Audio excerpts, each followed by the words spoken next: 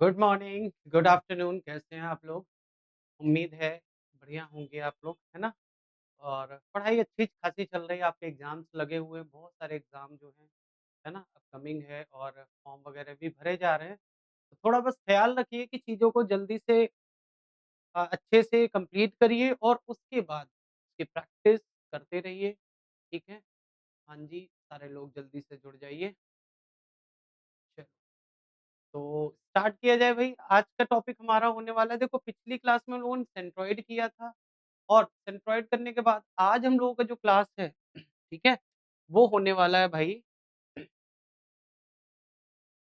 सरकमसेंटर। क्या होने वाला है?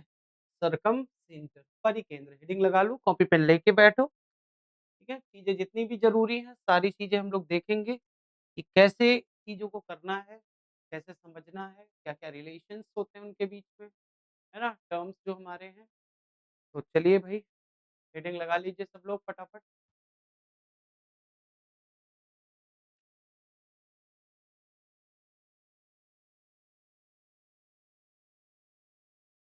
सरकमसेंटर, परिकेंद्र।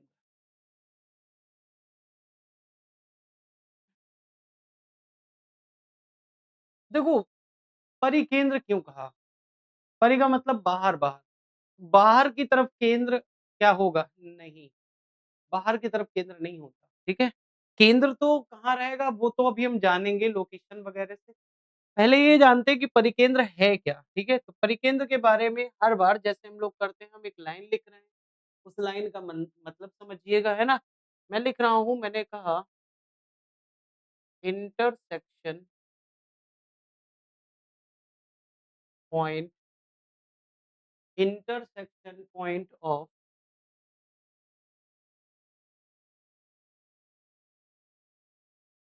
Perpendicular bisector.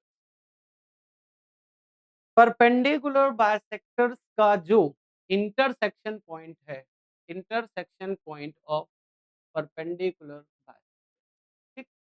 तो परपेंडिकुलर बाइसेक्टर्स जितने भी हैं, उनका जो इंटरसेक्शन होता है, उनको ही हम कहते हैं, उसको ही कहते हैं सरकमसेंटर। सरकमसेंटर को रिप्रेजेंट किया जाता है कैपिटल सी से। अब देखो जब नहीं दिया होगा सरकमसेंटर कि ये सरकमसेंटर है, तब तो हम कैपिटल सी से रिप्रेजेंट करेंगे। लेकिन अगर लेकिन अगर क्वेश्चन में उसने ये कह दिया कि भैया जो ओ है वो सरकमसेंटर है, तो हमको मानना पड़ेगा। ठीक है फिर? इस चीज़ को याद रखिएगा, ऐसा नहीं है कि हम अब स्टिक हो गए कि सी जहाँ दिख गया, तो बस अब सरकमसेंटर ही है। क्वेश्चन के ऊपर डिपेंड करेगा कि उसका क्या यूज़ है, कैसे हम लोग सवाल में दिए गए हैं, है ना? चीज़ों को थोड़ा ध्यान रखिएगा।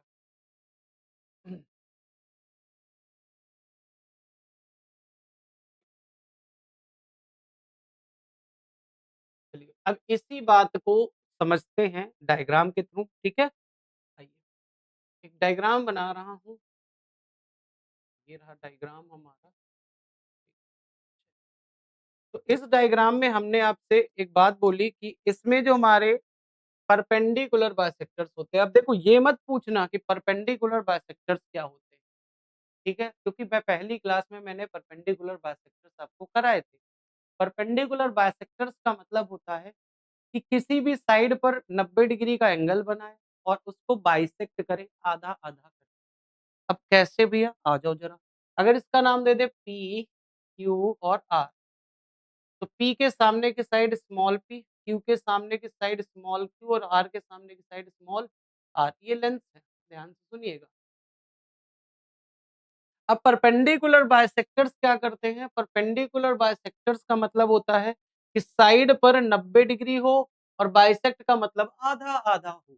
तो पी का आधा अगर मिड पॉइंट हम लेना चाहें बिल्कुल बीचों-बीच आके जैसे ये पॉइंट, तो ये लेंथ हो जाएगी p/2 और ये लेंथ भी हो जाएगी p/2 और यहाँ पर साइड से 90 डिग्री का ये रहा। तो ये जो लाइन है ये है परपेंडिकुलर बाइसेक्टर्स। अब बहुत सारे बच्चों को ये समझ में आता है कि भैया सामने वाले शीर्ष से खींचा जाता है, नहीं। परपेंडिकुलर बाइसेक्टर शीर्ष से जाएगा कि नहीं जाएगा उसकी कोई गारंटी नहीं। ठीक है ना? ये बात भी हम लोगों ने पहली क्लास में करी थी, याद होगी। नहीं याद है तो अभी समझ लो। क्लियर है? तो आपने एक परपेंडिकुलर बाइसेक्टर खींचा और यहाँ लिखा है बाइसेक्टर्स। बाइसेक्टर्स का मतलब और भी तीनों बाइसेक्टर्स, इस साइड का और इस साइड का। तो तीनों बाइसेक्टर्स जहाँ पर भी इंटरसेक्ट करेंगे, इंटरसेक्ट का मतलब प्रतिच्छेद करेंगे, वही पॉइंट होगा क्या कहलाएगा? सर्कमसेंटर कहलाएगा भैया। तो चलो इसका भी बाइसेक्टर खींच लेते हैं। ये पूरी लेंथ क्यू है, तो ये लेंथ मान लेते हैं, यहाँ से मिड पॉइंट है q/2 और ये लेंथ भी q/2 और यहाँ पर भी एक परपेंडिकुलर बाइसेक्टर खींच देते हैं 90 डिग्री का, आधा-आधा करें और 90 डिग्री और दोनों इंटरसेक्ट जहाँ पर करेंगे, इसी पॉइंट को कहा गया है सरकमसेंटर। ये जो पॉइंट है यही हमारा सरकमसेंटर है भाई। बोलो बात क्लियर है? सरकमसेंटर इसी को परिकेंद्र कहा जाता है बच्चा। ठीक है, अब एक और क्वेश्चन 2 ही में मिल गया भैया। क्या तीसरा भी ड्रॉ कर सकते हैं? हाँ, बिल्कुल ड्रॉ कर सकते हैं। अब तीसरा अगर मैं ड्रॉ करने जाऊँ ध्यान से समझो, जैसे ये R है, R/2 R/2 अगर इसको मैं यहाँ से मिला दूँ तो निश्चित रूप से ये 90 डिग्री होगा, क्योंकि पर ये आधा-आधा करेगा और इसी पॉइंट C से सर्कमसेंटर से अगर गुजरेगा तो ये लाइन भी परपेंडिकुलर बाइसेक्टर ही होगी। ये लाइन भी परपेंडिकुलर बाइसेक्टर ही होगी, इस बात को याद रखिएगा। तो ये जो तीसरी लाइन आपने खींची है ये भी है। तो आपने देखा कि परिकेंद्र जो बनता है, वो बनता है हमारे परपेंडिकुलर बाइसेक्टर से। किनसे बनता है? परपेंडिकुलर। बताओ भाई, कोई ऐसा बच्चा है जो नहीं समझ पाया ये कैसे बना? उम्मीद है ये बहुत बात जो आसान सी है वो समझ में आ गई। ठीक है भाई। अब इसी के आगे की बात करते हैं। अब इसी में ज़्यादा कॉम्प्लिकेट नहीं करेंगे, नहीं तो फिर ज़्यादा हो जाएगा खराब। ठीक है? चलो, अब एक भैया पूछा बच्चा कि भैया ये सी बना दिया, इस केंद्र का यूज ही क्या है? ये बनाया ही क्यों है? तो भाई चलो इसके आगे की बात करते हैं कि जैसे हमारे पास मान लो कोई ट्रायंगल होता है, ठीक है भाई? मान लो ये एक ट्रायंगल है हमारे पास, ठीक? अब इस ट्रायंगल में आपने नाम दिया था P, Q और R और इसके अंदर एक पॉइंट दिया था, यहाँ पर आया था C सर्कमसेंटर। तो इससे क्या होगा? देखो से C जो हमारा सर्कमसेंटर है, जो परिकेंद्र है, इसको केंद्र मानकर परि का मतलब बाहर की तरफ, त्रिभुज के बाहर की तरफ एक सर्कल बनाया जा सकता है। एक सर्कल बनाया जा सकता है। देखो इधर, एक सर्कल बनाया जा सकता है जो तीनों शीर्षों से होकर गुजरेगा। एक सर्कल बनाया जा सकता है जो तीनों शीर्षों से होकर गुजरेगा। इस बात को याद रखिएगा। तो अब तीनों शीर्षों से, अब इसका मतलब ये हुआ कि ये जो हमारा पॉइंट सर्कमसेंटर है, ये इस सर्कल का भी सेंटर हो गया। अब अगर ये सर्कल का भी सेंटर हो गया है, तो फिर यहाँ से लेकर यहाँ तक को हम रेडियस बोल सकते हैं। यहाँ से लेके यहाँ तक को भी रेडियस बोला जा सकता है और यहाँ से लेके यहाँ तक को भी रेडियस कहा जा सकता है। इसका मतलब क्या हुआ कि ये सर्कल का रेडियस और तीनों लेंथ आपस में क्या है? बराबर हैं। तीनों लेंथ आपस में क्या है? बराबर। इसका मतलब मैं लिख सकता हूँ कि CP बराबर है CQ के बराबर है CR। ठीक है? CR और तीनों ही क्या हैं? कैपिटल R हैं, रेडियस हैं। अब देखो ये रेडियस है तो इसका कुछ नाम होगा क्या? रेडियस ही कहें? नहीं, इसको कहा जाता है सरकम रेडियस। क्या कहा जाता है? सरकम रेडियस। हिंदी में बोलते हैं इसको बेटा परिवृत्त की त्रिज्या। क्या बोलते हैं? परिवृत्त की त्रिज्या। इतना बात ओके है भाई सबको? चलो भैया ये भी समझ में आ गया कि ये परित्रिज्या है, बराबर है, ठीक है, सही है, कैपिटल R के बराबर है ये। ठीक है, ये रेडियस है हमारी। ठीक है? अब बात ये है कि चलो रेडियस आ गई तो रेडियस निकलेगी कैसे? कैपिटल R निकलेगा कैसे? जैसे हम लोगों ने अंतःवृत्त की त्रिज्या करी थी जब इन सेंटर किया था, इन सर्कल बनाया था, अंदर की तरफ सर्कल बना था। तो इन सर्कल का फ़ॉर्मूला जो था वो डेल अपॉन में एस था। ऐसे ही कैपिटल आर का फ़ॉर्मूला क्या होता है? तो कैपिटल आर का फ़ॉर्मूला होता है ए बी सी अपॉन में 4 डेल। कुछ चीज़ें बता देते हैं ए, बी, सी ये क्या है? तो ये है बेटा sides of the triangle, triangle की साइड्स हैं। डेल का मतलब होता है area of triangle, area of triangle, clear है बात? और कैपिटल आर तो आप जानते ही हैं, ठीक है? तो ये फ़ॉर्मूला काम आएगा ए, बी, सी अपॉन में 4 डेल कैपिटल आर निकालने के लिए। एक अगर छोटा-सा एग्ज़ाम्पल ले लिया जाए, एक छोटा-सा एग्ज़ाम्पल ले लें इसी के लिए। मान लो एक सवाल कल को ऐसे ही चलता-फिरता आ गया, कह दिया गया कि एक त्रिभुज की साइड 3 सेंटीमीटर, 4 सेंटीमीटर और 5 सेंटीमीटर है, इसका कैपिटल आर बताइए, सिंपल सा। परिवृत्त की त्रिज्या ज्ञात कीजिए। तो अब बहुत सारे बच्चे जिनको नहीं पढ़ा है जिन्होंने, तो उनके लिए तो मुश्किल रहेगा। लेकिन अब अगर तैयारी आप कर रहे हैं और आप जानते हैं तो कैपिटल आर का फ़ॉर्मूला सिंपली लगा देंगे ए, बी, सी 4 डेल। अब एबीसी का मान तो बड़ा आसान है 3 गुणा 4 गुणा 5 बटे में 4 इंटू एरिया। अब एरिया निकालने के लिए अब देखो बहुत सारे बच्चों को 3, 4, 5 पता होता है कि ये ट्रिपलेट है, मैंने जानबूझ के ईज़ी दिया है। 3, 4, 5 का मतलब है कि ये एक right angle triangle, right angle triangle का मतलब क्या है? ये एक समकोण त्रिभुज है। अरे हाँ या ना? और समकोण त्रिभुज का एरिया आपको पता है 1/2 बेस इंटू हाइट होता है, बेस इंटू हाइट या परपेंडिकुलर इंटू बेस कहते हैं। जो 5 सबसे बड़ी वैल्यू होती है राइट एंगल ट्रायंगल में ऑब्वियस सी बात है वो कर्ण होती है। ये कर्ण है, तो ये दोनों में कोई एक लंब होगा, कोई एक आधार होगा तो रख देते हैं 1/2 लंब हुआ 3 आधार 4 काट दिया कितना आ गया 6 यहाँ पर मैंने रख दिया 6 अब 4 से 4 कट गया, इसको काट दिया और आंसर आ गया 5/5 अब एक चीज़ नोटिस करने वाली है, एक चीज़ यहाँ ध्यान से अगर देखो तो क्या है नोटिस करने वाला? नोटिस करने वाली बात यहाँ पर ये थी कि ये राइट एंगल ट्रायंगल और राइट एंगल ट्रायंगल में 3, 4, 5 जो था वो राइट एंगल ट्रायंगल था। अच्छा एक राइट एंगल ट्रायंगल और ले लें अगर, ध्यान से सुनना, एक एग्ज़ाम्पल और ले रहे हैं। एग्ज़ाम्पल केवल इसीलिए ले रहे हैं ताकि चीज़ें आपको समझ में आए कि कॉमन चीज़ निकाल सको, आप देख सको। ठीक है, जैसे मान लो हमने एक ट्रायंगल ले लिया 12, 5, 13 अब आपको पता है ये वैल्यू कर्ण है। अब हमें कैपिटल आर चाहिए, कैपिटल आर का फ़ॉर्मूला एबीसी 12 इंटू 5 इंटू 13 बटे में 4 और एरिया होता है 1/2 बेस, बेस है 12 और 5 तो अब आप देखोगे कि ये 2 से 2 आ गया, 12 से 12 कट गया, 5 से 5 कट गया, 13 बटे ये 2 अब ऑब्जर्वेशन की बात है कि यहाँ भी आप ध्यान से देखेंगे तो कैपिटल आर जो आ रहा है, वो आ रहा है कर्ण बटे 2 यहाँ ऑब्जर्वेशन देखेंगे कैपिटल आर जो आ रहा है वो आ रहा है कर्ण बटे 2 कितना आ रहा है कर्ण बटे 2 ऑब्जर्वेशन यहीं से शुरू हुआ कि इसका मतलब ये हुआ कि जब भी हमको राइट एंगल ट्रायंगल मिलेगा मैं फिर से बता रहा हूँ चलो आगे ही लिख देते हैं ठीक है आगे लिख देते हैं इन राइट एंगल ट्रायंगल नोट करिएगा in right angle triangle right angle triangle के केस में अगर एक राइट एंगल ट्रायंगल दिया हो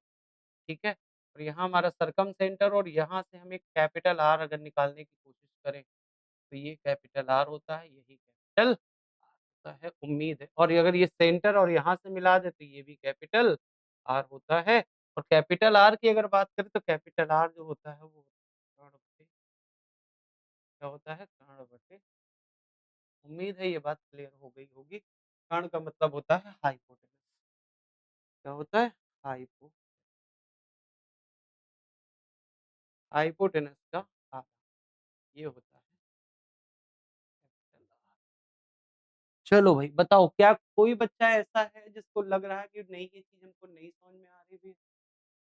बताइए भाई, कोई ऐसा है क्या जिसको लग रहा हो कि भैया ये चीज़ समझ में नहीं आ रही है? बताइए।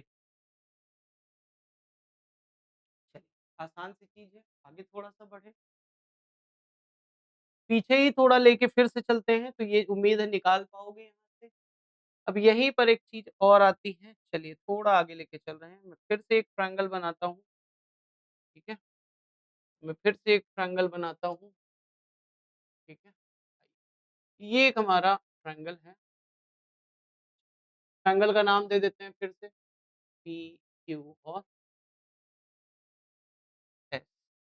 ट्रायंगल का नाम दे देते हैं पी, क्यू, एस और आपको पता है यहाँ कहीं पर एक पॉइंट होगा सी और यहाँ से मैं जब मिलाऊँगा इस तरह से, तो ये लेंथ आपस में बराबर होंगी, ये लेंथ और ये लेंथ। इसको हम रेडियस कहते हैं, क्या बोलते हैं? रेडियस।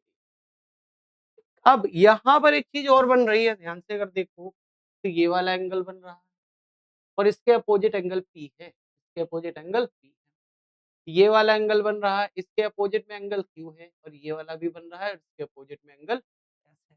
तो क्या डायरेक्ट रिलेशन बन सकता है जैसे हम लोगों ने इन सेंटर में बनाया था 90 plus half of opposite angles? अरे बोलो 90 plus half of opposite angles, क्या यहाँ भी वही चीज़ बन सकती है? हाँ, बन होता कितना है? जैसे मान लो ये एंगल P है, तो फिर ये वाला जो एंगल होता है, ये होता है 2 टाइम्स ऑफ एंगल P।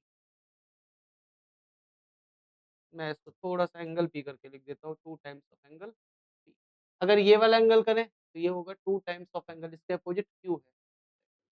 अगर ये वाला निकालने की कोशिश करें, तो ये वाला होगा 2 टाइम्स ऑफ एंगल एंगल तो ये आता कैसे है? देखो ये बात तो समझ में आ गई कि सर्कम सेंटर पर बनने वाला एंगल डबल होता है, अपोज़िट क्या होता है? डबल होता है। अगर मैं यहाँ लिखना चाहूँ तो आप लिख सकते हो, कैसे?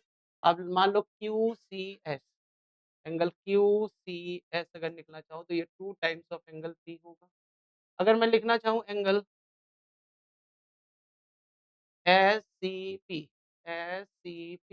तो 2 टाइम्स ऑफ एंगल Q होगा और अगर मैं एंगल लिखना चाहूँ एंगल QCP QCP तो ये होगा 2 टाइम्स ऑफ एंगल अपोज़िट क्या होगा? S। उम्मीद है ये बात समझ में आ गई होगी, तो डबल एंगल बनता है, कहाँ बनता है? सर कहाँ बनता है भैया? सर्कम सेंटर पर। उम्मीद है ये छोटी-सी बात आपको समझ में आ गई होगी। ठीक, अब देखो भाई, ये तो हमने चलो रट लिया कि आ गया, लेकिन ये भी तो होना चाहिए कि पता हो हमको कि आया कहाँ से? ये इम्पोर्टेंट चीज़ है। अगर देखो ये सब चीज़ें आप जानते हो कि कहाँ से कौन-सी चीज़ बनी है, रट्टा नहीं लगाया है, तो अगर कुछ नया भी पूछेगा, तो आप चीज़ों को इम्प्लीमेंट कर पाओगे, है ना? अगर आप जानते ही नहीं हो, तो फिर इम्प्लीमेंट कैसे करोगे? आप इस बात को बताओ हमको। कर पाओगे क्या? नहीं कर पाओगे, है ना? तो इस बात को थोड़ा ध्यान में रखो कि बस करना है, तो फिर सीखना पड़ेगा कैसे होगा। चलो, तो अब इसको सिखाने की अगर कोशिश करें, तो आओ ज़रा देखते हैं। क्या मैंने आपको ये चीज़ पढ़ाई है कि अगर किसी ट्रायंगल में नहीं भी पढ़ाया है तो कोई बात नहीं। आप इस बात को याद भी रख सकते हैं कि अगर किसी ट्रायंगल में 2 साइड्स बराबर हैं, तो उनके सामने के एंगल भी बराबर होते हैं, इसके सामने भी अल्फ़ा होगा। ये क्या ये बात क्लियर? पहला कॉन्सेप्ट तो ये हो गया। दूसरा कॉन्सेप्ट और पूछ रहा हूँ, क्या ये एक्सटीरियर एंगल थ्योरम कराई थी? एक्सटीरियर एंगल, यहाँ बनने वाला एंगल, इन दोनों अपोजिट एंगल्स के सम के बराबर होता है। अगर ये अल्फ़ा और बीटा है, तो ये एंगल अल्फ़ा प्लस बीटा होगा। तीसरे पर बनने वाला ये तीसरा एंगल है, इस पर बनने वाला एक्सटीरियर एंगल, इसको छोड़कर बाकी बचे हुए दोनों एंगल्स का सम होता है ये। क्लियर है बात? अब यही चीज़ यहाँ लगाऊँगा, लेकिन ये लगेगा, लेकिन ये चीज़ लगेगी कैसे? ठीक है? तो इसको लगाने के लिए चलो देखो कैसे करते हैं। तो वही एक्सटीरियर एंगल लगाना पड़ेगा भाई। एक्सटीरियर के लिए हमें करना होगा ड्रॉ। पहले तो मैं इस ट्रायंगल पे फ़ोकस कर रहा हूँ, ध्यान से समझो हमारी बात। इस इस ट्रायंगल में मैं इस ट्रायंगल को आगे बढ़ा देता हूँ, ट्रायंगल की साइड को। तो ये एक्सटीरियर बनेगा, ध्यान से समझते रहना। तो ये साइड बराबर है कैपिटल R। अगर ये एंगल अल्फ़ा हुआ, तो ये इसके सामने अल्फ़ा तो इसके सामने ये एंगल भी अल्फ़ा होगा। इस त्रिभुज में इन 2 को छोड़ के तीसरा एंगल, तीसरे का एक्सटीरियर बन रहा है, यहाँ पर एक्सटीरियर बन रहा है, तो इन दोनों का सम होगा, तो ये एंगल हो जाएगा 12। ये थ्योरम लगा दी है, पहले इन दोनों की वजह से ये वाला थ्योरम लगाया, ये बात क्लियर है? अब हो गई है। चलो दूसरा देखो, अब इस वाले ट्रायंगल पे फ़ोकस करते हैं। ये वाली साइड और ये वाली साइड बराबर है, तो इसके सामने अगर एंगल बीटा है, तो इस साइड के सामने ये एंगल भी बीटा होगा। और इसी ट्रायंगल में मैंने इसी साइड को फिर से एक्सटेंड कर दिया, तो फिर से एक्सटीरियर एंगल बन गया। जहाँ पर एक्सटीरियर बना है उसको छोड़कर बाकी बचे हुए दोनों, तो ये हो गया 2 बीटा। अब आप अगर ऑब्जर्वेशन मोड पे चले तो भैया ये पूरा एंगल ऑब्जर्व करो तो 2 अल्फा प्लस 2 बीटा 2 कॉमन ले ले, बच गया अल्फा प्लस बीटा। और यहाँ पर इस वाले एंगल को देखो, इसके अपोजिट में एंगल P है और P का ये डबल होता है और ये एंगल जो है ये है अल्फा प्लस बीटा। ये अल्फा प्लस बीटा था, ये 2 अल्फा प्लस बीटा है, तो ये वाले एंगल का ये वाला एंगल हमेशा डबल होता है। उम्मीद है क्लियर हो गया होगा, आपको समझ में आ गया होगा कि ये कैसे डबल हुआ है। बताओ भाई सब लोग, नोट करो इसको जल्दी से, ठीक है? चीज़ें अगर नहीं समझ में आ रही हैं तो भैया बताओ, लेकिन आप चीज़ों को पहले नोट करो, इम्पोर्टेंट कि कैसे 2R होगा, ठीक है? नोट करिए, आगे बढ़ते हैं।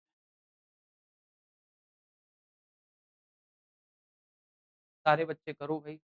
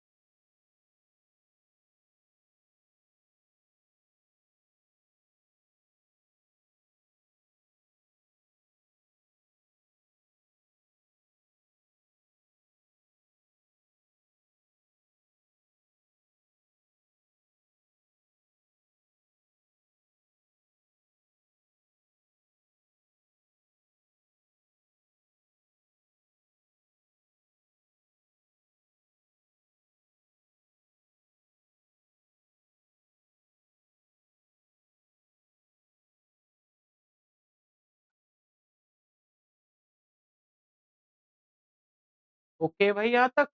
चलो, अब एक छोटी-सी बात और आपसे पूछना चाहते हैं, अब फिर से वही है, सारा खेल देखो है क्या, चीज़ों को आपको करना होगा। आइए, अब मैं एक लैंग्वेज लिख रहा हूँ, ज़रा ध्यान से देखिएगा। सर्कमसेंटर इज़ इक्विडिस्टेंट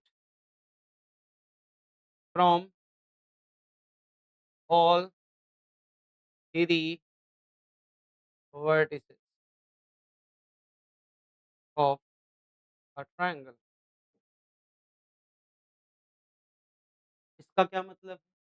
इसका मतलब ये है कि जो हमारा सर्कमसेंटर होता है, सर्कमसेंटर परिकेंद्र जो हमारा है,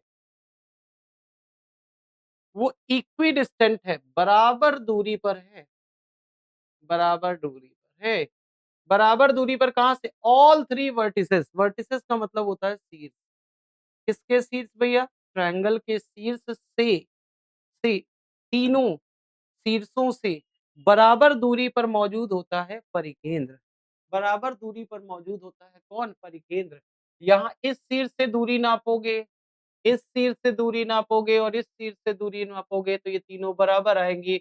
यह सवाल कभी-कभी पूछ लिया जाता है कि बताओ उस केंद्र को क्या कहा जाता है जो तीनों शीर्षों से बराबर दूरी पर होता है। त्रिभुज के तीनों शीर्षों से बराबर दूरी पर स्थित बिंदु को क्या कहा जाता है? ऑप्शन में मिलता है अंतःकेंद्र, परिकेंद्र, केंद्रक, लंब। बहुत सारे बच्चे केंद्रक करके, उनको लगता है केंद्र से पूछा जा रहा है तो केंद्रक आंसर। तो इस चीज़ को थोड़ा ध्यान में रख के करिएगा, है ना? यहाँ से यही याद करो, मैंने कहा था भुजाओं से बराबर दूरी, कहाँ से? भुजाओं से, साइड्स से। अगर साइड से बराबर दूरी पर पूछता कि कौन-सा होता है, तो फिर वो सर्कमसेंटर नहीं होता, वो याद होगा इनसेंटर होता है। तो 2 बातें मैं लिख रहा हूँ, इक्विडिस्टेंट, इक्विडिस्टेंट बराबर दूरी पर। इक्विडिस्टेंट का मतलब बराबर दूरी, ध्यान से रखना, बराबर दूरी। कहाँ से? इक्विडिस्टेंस फ्रॉम, अब 2 तरह से, फ्रॉम साइड्स और फ्रॉम वर्टिसेस। वर्टिसेस का मतलब है शीर्षों से और इसका मतलब है भुजाओं। दोनों के आंसर अलग-अलग हो जाएँगे। अगर कभी भुजाओं से आंसर आ जाए कि भुजाओं से इक्विडिस्टेंस बराबर दूरी पर है, तो फिर वो होता है इंसेंटर। क्या होता है? इंसेंटर। हिंदी में बोलते हैं बेटा अंतःकेंद्र। क्या बोलते हैं? अंतःकेंद्र। और अगर कहा जाए शीर्षों से बराबर दूरी पर है, तो इसको कहा जाता है भाई सरकमसेंटर। अभी तो पढ़ाया है। अरे हाँ या ना कुछ तो बोल दिया करो। सरकमसेंटर का मतलब भैया परिकेंद्र। उम्मीद है ये बात ये चीज़ क्लियर रहेगी। तो 2 तरह के सवाल यहाँ बनाए जा सकते हैं। एक बनाया जा सकता है साइड से और एक बनाया जा सकता है। क्या सभी को क्लियर है? जल्दी से नोट करिए। देखो छोटी-छोटी बातों को अगर आप चीज़ों करते चलोगे तो बड़ी आसानी से चीज़ें हो जाएँगी और ज़्यादा टेंशन भी नहीं होगी, है ना? फटाफट बना लो इसको, फिर हम लोग आगे बढ़ते हैं। फिर लोकेशन के बारे में जानने की कोशिश करते हैं कि आखिर लोकेशन का क्वेश्चन कैसे-कैसे बनता है, ठीक है? लोकेशन के क्वेश्चंस कैसे-कैसे बनते हैं।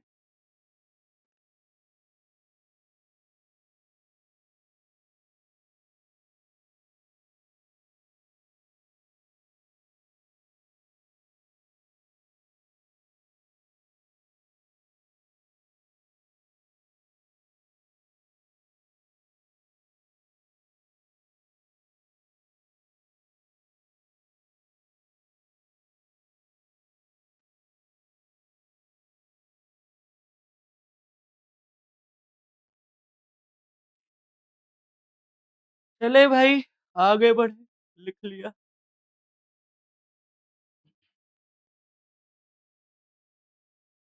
अगला जो है वो है पोजीशन को लेकर, position of circumstance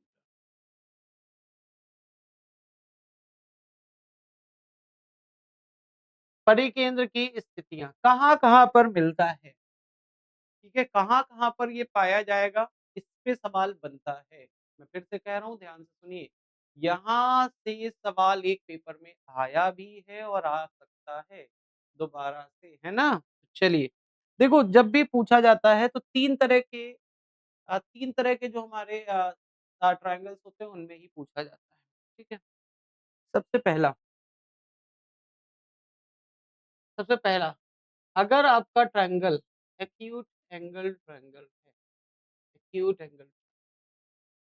acute angle का मतलब है न्यून कोणीय त्रिभुज।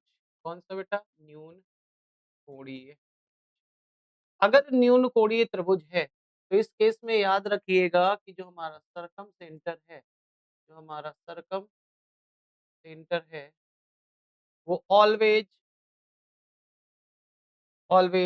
Inside the triangle, inside the हमेशा त्रिभुज के अंदर, हमेशा याद रखना इस बात को, हमेशा त्रिभुज के अंदर स्थित होगा। हाँ या ना? याद रहेगा भाई। अगर हमारा ट्रायंगल एक्यूट एंगल ट्रायंगल है, न्यून कोणीय त्रिभुज है, तो फिर हमारा जो सर्कम सेंटर है, वो हमेशा कहाँ? हमेशा त्रिभुज के अंदर होगा। दूसरा ट्रायंगल लेते हैं। अगर हमारा कभी भी आपको मिल जाए राइट एंगल, क्या मिल जाए? Right angle triangle. हिंदी में बोले बेटा तो समकोणीय त्रिभुज। कौन-सा मिल जाए? समकोणीय। अगर कभी समकोणीय त्रिभुज मिलता है, राइट एंगल ट्रायंगल मिलता है, तो फिर इसमें कहाँ पाया जाता है? तो राइट एंगल ट्रायंगल फटाफट बना के ही देख लेते हैं। राइट एंगल ट्रायंगल फटाफट बना के ही देख लेते हैं। अब आपको खींचना है परपेंडिकुलर बाइसेक्टर। तो मिड पॉइंट ये लग रहा है हमको परपेंडिकुलर मैं यहाँ से ऐसे ड्रॉ कर देता हूँ आधा-आधा। फिर इसका मिड पॉइंट यहाँ कहीं से लग रहा है, यहाँ से और ये दोनों यहाँ पर मिलेंगे आके। ये 90 डिग्री ये आधा-आधा। तो जब भी आपको राइट एंगल ट्रायंगल मिलता है, तो ये हमेशा कर्ण का मिड पॉइंट होता है, मध्य बिंदु होता है। इसका मतलब है कि इसकी लोकेशन कहाँ होगी? तो इसकी लोकेशन जो है, पोज़ीशन जो है, वो mid point of mid point of hypotenuse जो हमारा कर्ण होता है बेटा हाइपोटेनस होता है, उसका मिड पॉइंट होता है हमारा जो ये है, तो मैं लिख सकता हूँ h/2 लोकेशन होती है इसकी। क्लियर है मेरी बात? यहाँ से ये डिस्टेंस भी बराबर हो जाती है। उम्मीद है बात समझ में आ रही होगी। 2 हो गए हैं। अब एक और बचता है। एक और बचता है, यहाँ से भी सवाल बहुत सारे बनेंगे देखो मैं फिर से कह रहा हूँ अभी जब ऑर्थो सेंटर करा देंगे, 3 तो हो ही गए हमारे पास। इन सेंटर करा चुका हूँ, सेंट्रॉइड करा चुका हूँ, आज ये तीसरा हो रहा है, इसके बाद ऑर्थो सेंटर फिर इनके बीच की दूरी, सब तरह की सारी चीज़ें, चारों सेंटर्स के बीच में क्या-क्या लम्हेड़ होते हैं, सारी चीज़ें देखेंगे, ठीक है? चलो, तो पहले ये बताओ ये क्लियर हुआ? अब आते हैं एक और बच रहा है ऑब्ट्यूज़ एंगल ट्रायंगल कौन-सा बन रहा है? ऑब्ट्यूज़ एंगल।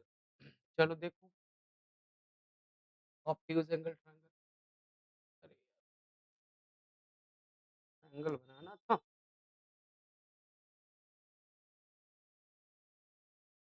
ये रहा ऑब्ट्यूज़, ये रहा ऑब्ट्यूज़ एंगल। नाम दे देते हैं PQ ठीक है? अब हमको फिर से वही परपेंडिकुलर बाइसेक्टर्स खींचने हैं।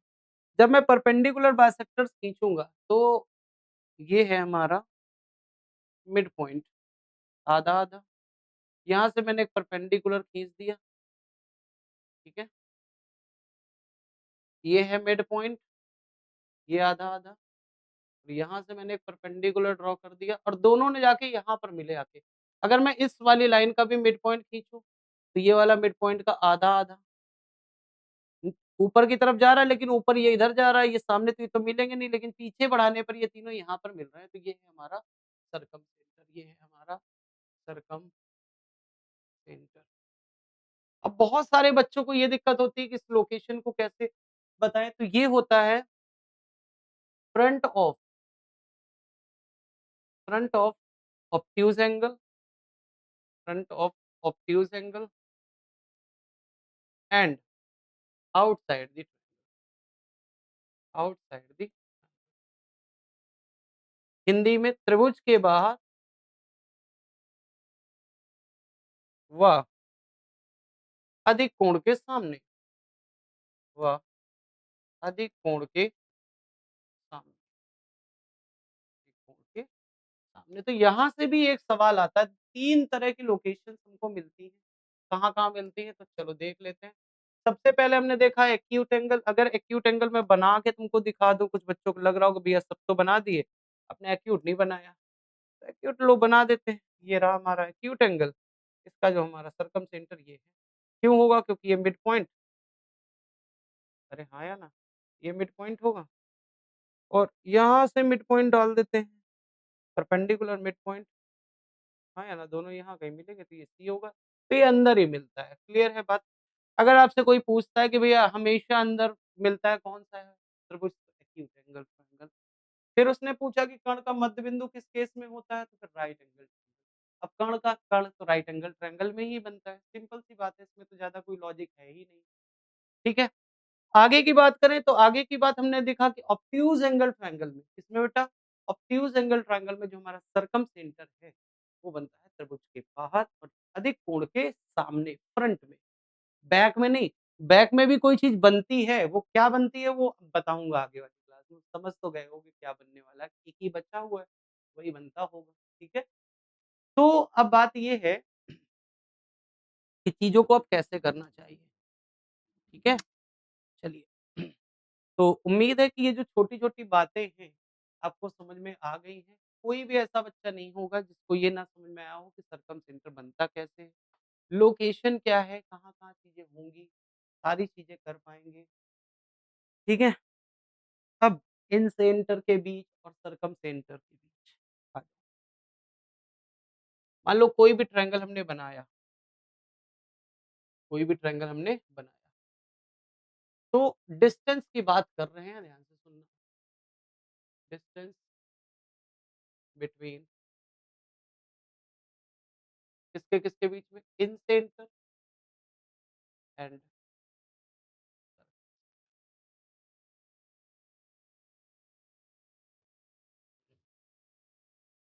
अंतः केंद्र व परिकेंद्र।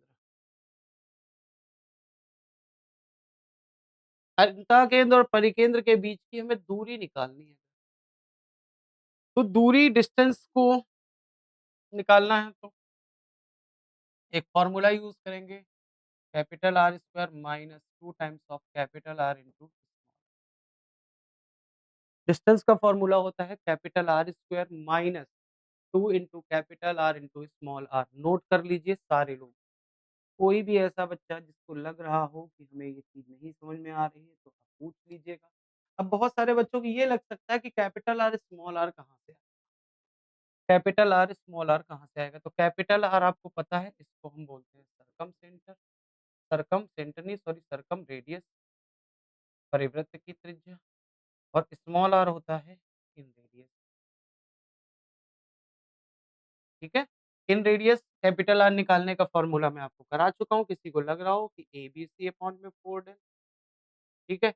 और सरकम रेडियस इन इन रेडियस की बात करें तो ये A होता है डेल अपॉन में, ठीक है? तो ये फ़ॉर्मूले मैं आपको करा चुका हूँ, अगर चाहो तो एक एग्ज़ाम्पल भी करा सकते हैं इस पर। 2 चीज़ें मैं पढ़ा चुका हूँ, इसलिए उसके बीच में डिस्टेंस का फ़ॉर्मूला भी करा दिया है मैंने, ठीक है? डिस्टेंस का फ़ॉर्मूला भी करा दिया है। क्लियर है मेरी बात? एक एग्ज़ाम्पल चाहो तो दे देते हैं, चलो एक एग्ज़ाम्पल ले लेते हैं, ठीक है? एग्ज़ाम्पल में ले लेते हैं कि एक 12, 5 और 13 साइड का एक ट्रायंगल है, ठीक है? इसमें इन सेंटर और सरकम सेंटर के बीच की दूरी, इन सेंटर और सरकम सेंटर के बीच की दूरी, सरकम सेंटर के बीच की दूरी बता दो फटाफट, बीच की दूरी। तो बीच की दूरी कैसे निकलेगी? तो अब वही बात है, हमें स्मॉल r निकालना होगा। इन सेंटर का मतलब हमें क्या निकालना होगा? स्मॉल r होता है एरिया अपॉन में सेमी पेरीमीटर। अब एरिया इसका कैसे आएगा? तो 1/2, ये तो कर्ण है, तो 12 इंटू 5 और बटे में सेमी पेरीमीटर जोड़ के 12, 5, 17 और 13 30 हो गया, 30 का आधा 15, 2 से काट दिया 6 आ गया, ठीक है? 5 तियाँ 15 आ गया, 3 से काट दिया 2 आ गया। तो स्मॉल r की वैल्यू कितनी आ गई? 2। क्लियर है भाई ये?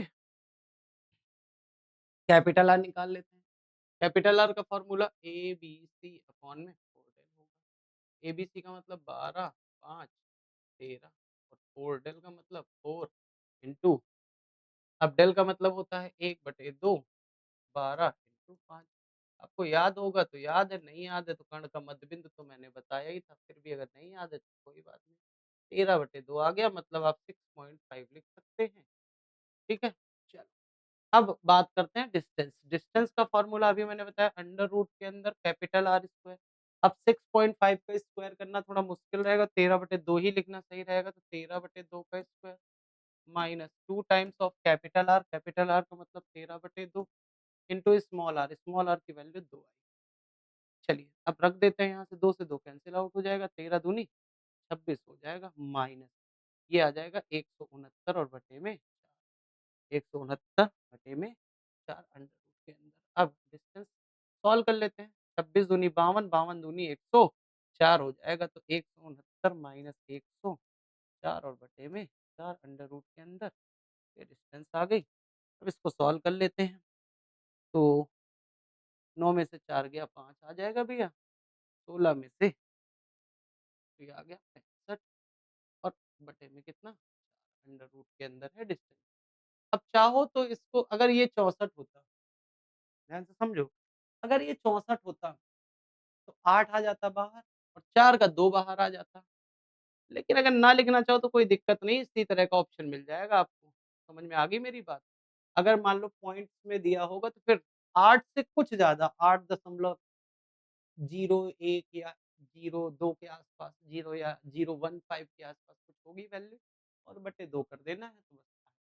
तो इस तरह से एक एग्ज़ाम्पल मैंने आपको दिखाया करके कि इस तरह का सवाल बन सकता है, लेकिन इतना सारा सॉल्यूशन पेपर में नहीं करना होगा। तो मैं फिर से कह रहा हूँ, जब भी राइट एंगल ट्रायंगल के लिए हमने आपको 2 केसेस बताए थे, इसीलिए शॉर्टकट्स की ज़रूरत पड़ती है। आपको पता है 12, 5, 13 में अगर स्मॉल r निकालना होता, तो आपको मैंने बताया था लंब प्लस आधार माइनस कर्ण बटे 2, 12, 5, 17 में 13, 4, 4/2, 2 आ गया आंसर। कैपिटल R कर्ण बटे 2 होता है 13/2। अब देख लो इतना मैंने डायरेक्ट लिख दिया, इतना सारा स्टेप तो मैंने स्किप ही कर दिया। केवल अब इतनी सी कैलकुलेशन थी, इतनी कैलकुलेशन करने में ये भी तुम्हें मैंने ये लिख के दिखाया है, मैं तो डायरेक्ट यहीं पर एक स्टेप कम कर देता। तो 2-3 लाइनों में हो जाता, तो ज़्यादा जितना कम लिखोगे भैया उतना फ़ायदा है, जितना ज़्यादा लिखोगे उतना ही टाइम वेस्ट होगा। अब ये पेपर में बच्चे करते हैं। अब मान लो ऐसा ट्रायंगल आ गया जो इसके बिना निकल ही नहीं सकता, तो सब लोग करेंगे, तो फिर उसमें तो तुम्हारा टाइम वेस्ट नहीं हो रहा है कि भाई वो तो सब टाइम दे रहे हैं अपना। कोई ऐसा बच्चा ऐसा ना कर पाए कि तुम टाइम दे रहे हो, वो ना दे रहा हो और क्वेश्चन कर ले रहा हो, वहाँ पीछे हो जाओगे। पीछे तब नहीं होना है ना? कि मान लो हमें बचाना आता है, ये अगर ये आता है तो हम ये क्यों देंगे? बहुत सारे बच्चे यही करेंगे, ये नहीं करेंगे और वही बच्चे आगे निकल जाएँगे। इस बात को हमेशा याद रखा करिए, जो देखो ऐसा सवाल आएगा जिसमें लगाना ही पड़ेगा, मजबूरी है और कोई ट्रिक नहीं है उसमें। राइट एंगल ट्रायंगल में डायरेक्ट एरिया निकलता है, डायरेक्ट चीज़ें हम लोगों ने सीखी थी, तो कर लेते हैं। बट जहाँ पर मान लो स्केलिन ट्रायंगल आ गया, विषमबाहु तो क्या करेंगे? है ना? तो इस चीज़ को याद रखना, तो ये हमारा सर्कम सेंटर हो गया है कंप्लीट। पॉइंट उससे जो मिलते-जुलते हैं। अब जो बचा हुआ है वो बचा है ऑर्थो सेंटर, तो कल की क्लास में हम लोग ऑर्थो सेंटर खत्म करेंगे।